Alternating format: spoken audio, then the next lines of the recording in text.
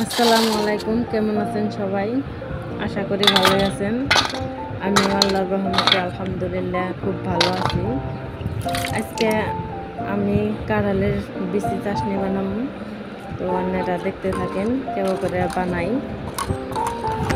প্রথমে কাঁঠালের বিচিগুলো উপরে শক্ত খোসাটা ছাড়িয়ে তারপরে চুন আর নুনের পানিতে কতক্ষণ ভিজিয়ে রাখলাম, যার ফলে এই যে লাল লাল খোসাগুনা নরম হয়ে গেছে গা। এখন আর দিয়ে অল্প করে ডলা দিলি উইটা যাবো গা। তো দেখেন কিরকম চকচকা হয়েছে। এখন একটা কড়াইতে কয়টা শুকনা মরিচ বাইজে নেবো, তারপরে কয়েক কোয়া রসুন বাইজে নেবো, তারপরে ওই কড়াইতেই ওই কাঁঠালের বিচিগুলা সিদ্ধ বসিয়ে দেব।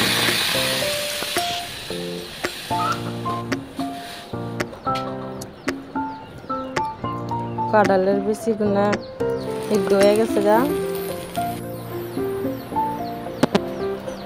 সব কিছু শিলপাড়ায় বাইরে নেব।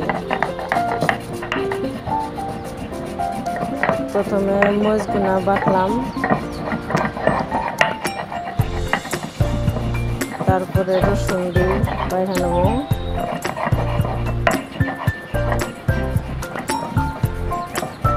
যেসব বগলে নিয়ে নিছি পানি, নুন, তেল, তারপরে কাঁঠালের বিচিগুলা পাড়ায় বাইরে সব আধ দিয়ে ভালোভাবে মিক্স করে নিলাম।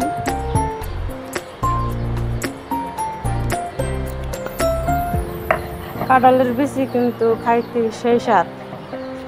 আপনারা সবাই এইভাবে করে খায়া দেখবেন আর কমেন্টে জানাইবেন কেমনে লাগে।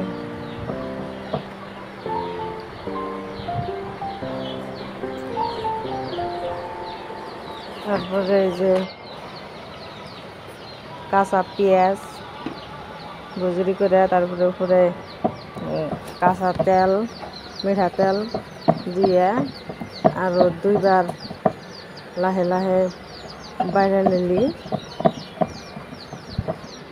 মরিচ বাটা রেডি।